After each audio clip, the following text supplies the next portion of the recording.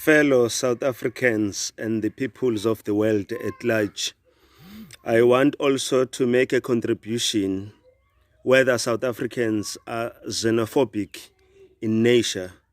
I want to say that is not the case. We as South Africans, we are not xenophobic in nature. I think the situation that we are faced with as people of South Africa and as well as with our fellow African brothers and sisters need not to be looked only based on the current situation that has happened in Johannesburg and other parts of our country. I think it will be very important, and we will be doing justice if we can go back in history and try to see what is it that has triggered all this that has happened so far. Currently, we know it is a fact that most of our people, especially children and women, have suffered a great deal out of this situation. Our children have been exposed in drugs. Our children have been trafficked to another countries. Our women have been prostituted, abused, have been subjected to inhumane circumstances. I think it will be then important to try and see what is it that has triggered our people of South Africa to react in the manner that they've reacted. Naturally, we don't have a problem to stay together with other African people. In fact, we have welcomed them to our country. We have extended a warm hand, and we have also given them shelter where we had to. We have also supported them where we have to as South African people. But what we are currently experiencing is unfortunate in the sense that most of our people, particularly women and children, have been subjected in under circumstances that are not the right. Hence, they don't feel safe, they don't feel comfortable. If you listen to a story of a taxi driver that was shot and killed when he was trying to prevent one guy to sell drugs to young children, what do you make of that?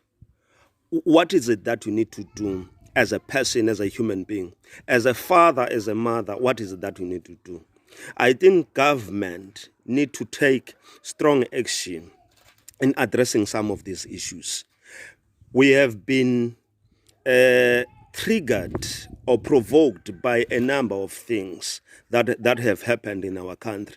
And I don't think we need to keep quiet because we are afraid. What needs to happen is that as much as we are trying to find solution among these issues, but it is important that we need to tell the truth. We need to go down and investigate what is the root cause. The root cause is that our people in areas like Johannesburg and other areas in the parts of the country have experienced things that they have never experienced before. No man, no woman, no parent who can see the suffering of his or her children.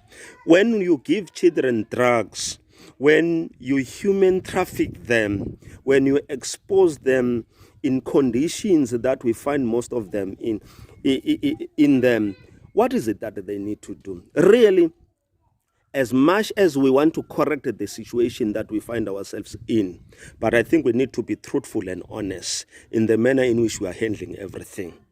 So this goes to everyone amongst us. As much as we want to prevent and protect, having them around here, but I'm simply saying, government, we need to do more.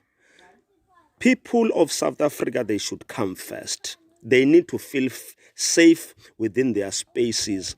They need to feel protected. They need to feel loved. And then once they feel safe and protected, I'm sure automatically, ordinarily, they will be able to accommodate any person. But without them feeling safe and protected, it's going to be very difficult. And there's so much. I haven't heard any person from the foreign nationals who has come out and said, we admit that we have among ourselves, people who have committed the wrongdoings, but that does not justify the actions that have been taken. But what do you do when you feel yourself being vulnerable, exploited, and exposed in these inhuman circumstances? So I'm simply saying, brothers and sisters, particularly from foreign nationals, we as South Africans, we love you, but we don't love some of the activities that you are doing. Is as simple as that. There is nowhere where we have said as South Africans we don't like you. You must go and check back when you started coming in our country, that we have been welcomed, we have been hosted by us without fail. We have given you opportunities in our country. But I think it has come to a point where we are simply saying as South Africans, if you guys, you are not able to control people among yourselves, it's going to be very difficult for us. So we are simply saying, we are making a plea to our government to say, as much as they are looking to find solutions as far as this matter is concerned, but they must also make sure that people of South Africa, they feel protected, they feel safe, so that we can live all of us in harmony.